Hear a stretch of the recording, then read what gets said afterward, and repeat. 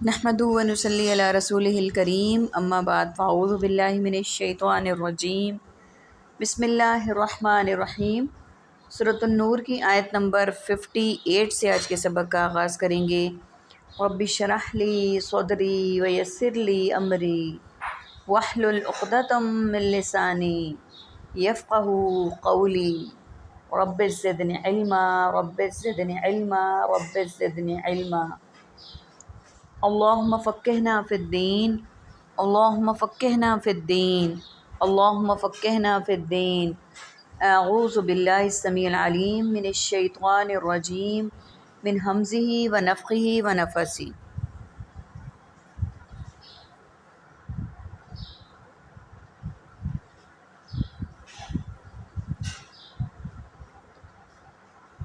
یا ایہا الذین آمنوا لیستأذنکم الذین ملکت ایمانکم۔ اے ایمان والو،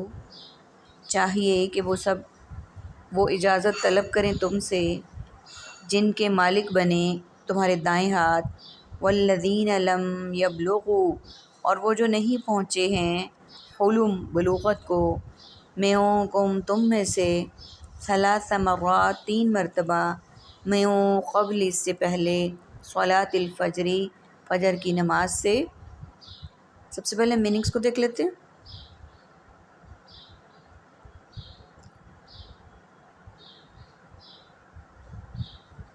الفاسقون فسق فجور،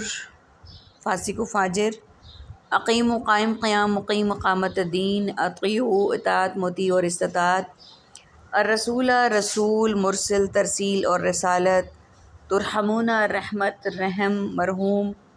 معجزین عاجز عاجزی اور عجز و نیاز، الارض ارض و سما، قطع راضی اور ارض مقدس، مأواہم ماوا و ملجا، آمنو ایمان، مومن اور امن،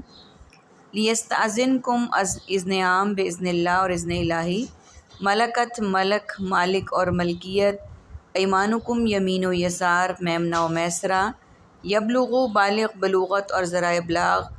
ثلاثہ مثلث عقیدہ تثلیث اور ثلث،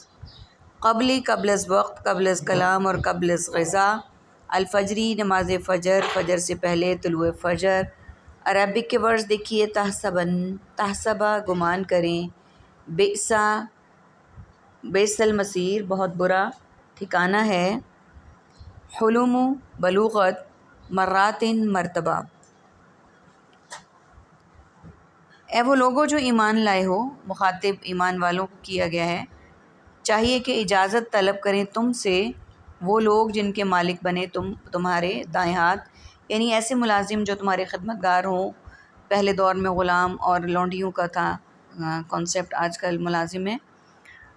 کہ ان کو بھی چاہیے کہ وہ اجازت طلب کریں تم سے وہ لوگ جن کے مالک بنے تمہارے دائیں ہاتھ، اور وہ لوگ بھی جو پہنچے نہ ہوں بلوغت کو تم میں سے تین مرتبہ، یعنی یہ سب جو ہے وہ اجازت طلب کریں داخل ہونے سے پہلے۔ تین اوقات کو مینشن کیا گیا ہے، یعنی سب سے پہلا جو ہے وہ فجر کی نماز سے پہلے، یعنی رات ہوتی ہے اس وقت، کچھ تہجد کے بعد آرام کرتے ہیں، کچھ اٹھتے ہیں نماز کے لیے ہیں، تو پہلا وقت وہ ہے جس کا ذکر کیا گیا ہے۔ دوسرا ہے وَحِينَ تَضَعُونَ ثِيَابَكُم مِّنَ الظَّهِيرَةِ، اور جب تم اتار دیتے ہو اپنے کپڑے دوپہر کو، وَمِن بَعْدِ صَلَاةِ الْعِشَاءِ، اور بعد عشاء کی نماز کے، ثَلْثُ عَوْرَاتٍ لَكُمْ، تین پردے کے اوقات تمہارے لیے، لَيْسَ عَلَيْكُمْ وَلَا عَلَيْهِمْ جُنَاحٌ، نہیں تم پر اور نہ ان پر کوئی گناہ، بعدہن ان کے بعد، طواقون سب بکثرت پھرنے والے ہیں، علیکم تم پر، بعدکم تمہارے بعد، علی بعد بعض پر، کذالک اسی طرح، یبین اللہ لکم الآیات، وہ کھول کھول کر بیان کرتا ہے اللہ تمہارے لیے آیات، اللہ علیم حکیم، اور اللہ خوب علم والا اور کمال حکمت ہے۔ وَإِذَا بَلَغَ، اور جب پہنچ جائیں، اطفال بچے، منکم تم میں سے، حلم بلوغت کو، فلیستأذنوا تو چاہیے کہ وہ سب اجازت مانگیں۔ سب سے پہلے میننگز کو دیکھ لیتے ہیں۔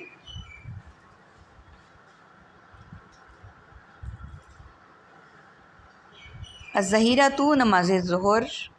بعد استام بعد عشاء، صلاتی صوم و صلاۃ مصلی، العشائی نماز عشاء، ثلاث مثلث عقیدہ تثلیث، اصحاب ثلاثہ، علیکم علیحدہ علی الاعلان اور علی العموم، طوافون طواف اور بیت اللہ، بعدکم بعض لوگ بعض اوقات، کذالکا کمحکا کالعدم یبینو بیان دلیل بین مبینہ طور پر، الآیاتی آیت قرآنی، علیم علم عالم معلوم تعلیم اور معلومات، حکیم حکیم حکمت حکمہ اور حکیم الامت، بلغ بالغ بلوغت ذرائع ابلاغ، الاطفال طفل مکتب، طفل تسلی فلیستعذنوا اذن عام باذن اللہ۔ عربک کے ورڈز دیکھیے، تضعون ثیابا تم اتار دیتے ہو کپڑے، جناح کوئی گناہ، حلم بلوغت کو، یہ ورڈز عربک ہیں، باقی سملر اور ریپیٹڈ ورڈز ہیں۔ یعنی پہلا وقت جو بتایا گیا وہ فجر سے پہلے، اور دوسرا ظہر کے بعد جب تم اتار دیتے ہو اپنے کپڑے دوپہر کو، اور عشاء کی نماز کے بعد۔ اب یہ کپڑے اتارنے سے مختلف مراد ہو سکتی ہیں۔ ایک تو یہ کہ اس دور میں کپڑے بھی اس طرح کے پتلے نہیں ہوتے تھے، گرمی کے اوقات میں بھی موٹے اور اونی کپڑے ہوتے تھے، تو کچھ تھوڑا چھوٹا موٹا لباس پہن کر کور کر کے لوگ سو جاتے ہوں گے یقیناً، یا پھر اب جیسے گرمیوں کے اوقات میں مرد حضرات بھی مطلب صرف وہ شرٹ وغیرہ اتار لیتے ہیں، یہ بھی مراد ہو سکتا ہے، یا عورتیں مطلب گھر میں پورے لباس میں نہیں ہوتی، مطلب دوپٹہ وغیرہ یا اس طرح کا، یعنی پردے والی جگہوں کو چھپا لینا صرف، تو اس سے کچھ بھی مراد ہو سکتی ہیں کہ دوپہر کو آرام کرنے کے لیے اپنے آپ کو ایزی کر لینا۔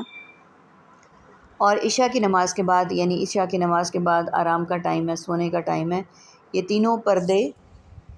خلوت کے اوقات ہیں، یعنی یہ تینوں جو ہیں اوقات وہ پرائیویسی کے ہیں۔ ان کے بارے میں کہا گیا ہے کہ نہیں ہے تم پر اور نہ ان پر کوئی گناہ کہ ان کے بعد، یعنی ان اوقات کے علاوہ بکثرت پھرنے، یعنی آنے جانے والوں پر تم میں، اور تمہارے بعض پر، یعنی ان تینوں اوقات میں پہلی بات تو یہ کہ ہمیں اوائڈ کرنا چاہیے ملنے جلنے سے اور دوسرے کے پاس جانے آنے سے، اور سیکنڈ نمبر پر جو ہے وہ ہمیں یہ کرنا چاہیے کہ اگر اس وقت میں ہمیں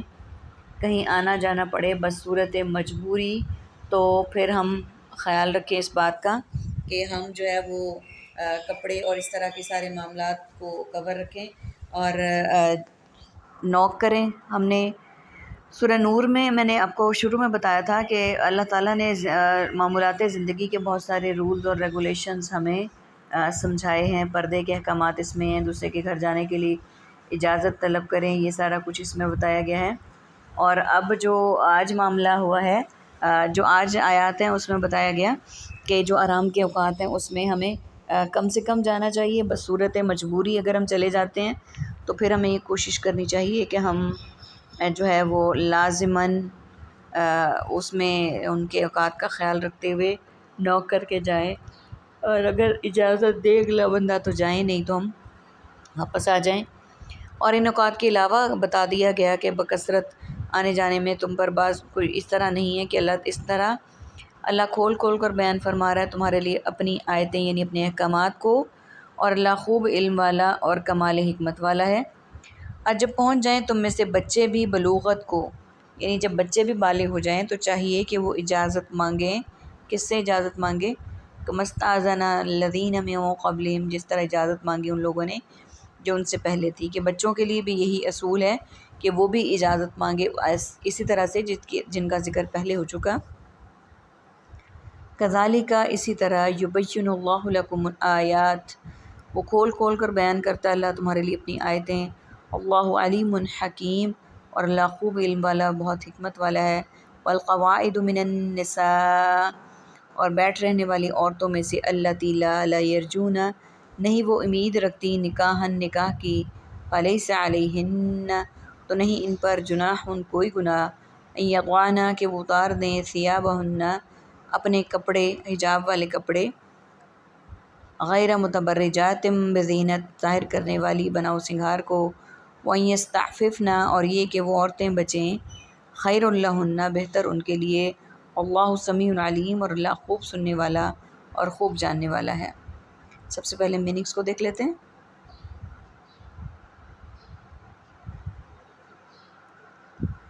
کما کما کا کلدم استاذنا اذن عام باذن اللہ من جانب منعن من حیث القوم قبل از وقت قبل از کلام قبل از غذا یبین بیان دلیل بین اور مبینہ طور پر علیم علم عالم معلوم تعلیم اور معلومات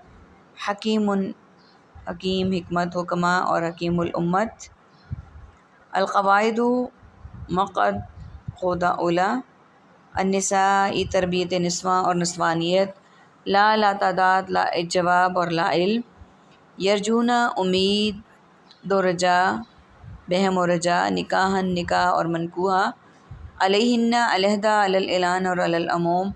بزینتی زیب و زینت مزین و تزین اور عائش خیر و خیر خیریت خیر خواہی صبح بخیر سمیم سما بصر اعلیٰ سماعت اور محفل سما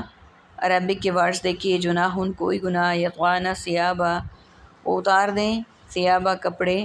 متبرجاتن ظاہر کرنے والی یستغففنا وہ بچیں. یہ ورڈز ہمارے پاس عربک کے ہیں، باقی سملر اور ریپیٹڈ ورڈز ہیں. یہاں پر بتایا گیا کہ جس طرح اجازت مانگی ان لوگوں نے جو ان سے پہلے تھے، اس طرح اللہ کھول کھول کر بیان کرتا ہے کیا تمہارے لیے اپنی آیتیں، اور اللہ خوب علم والا اور بہت حکمت والا ہے. اور عورتوں میں سے بیٹھ رہنے والیاں یعنی وہ عورتیں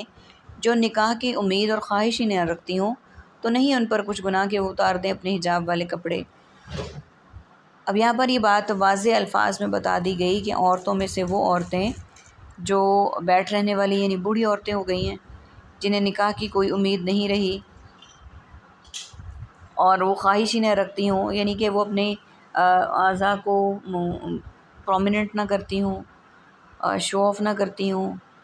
دکھاتی نہ ہوں، بناؤ سنگھار والے کام نہ کرتی ہوں،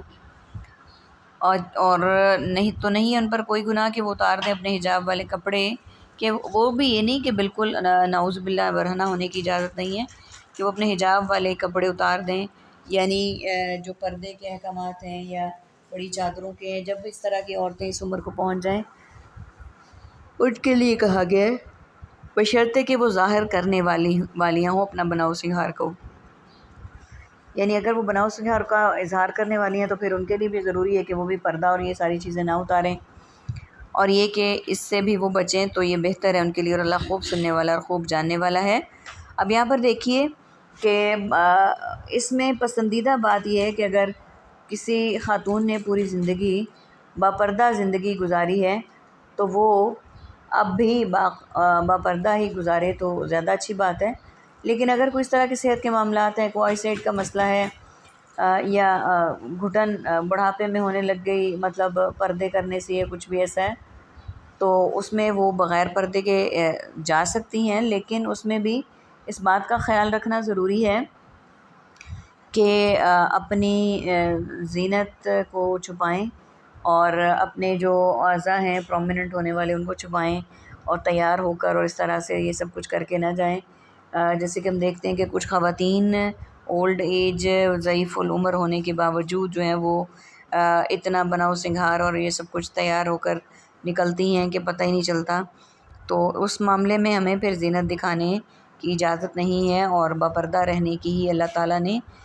اس میں حکمت رکھی ہے. ویسے بہترین تو یہ ہے کہ اللہ سبحانہ و تعالیٰ سے یہ دعا ہے میری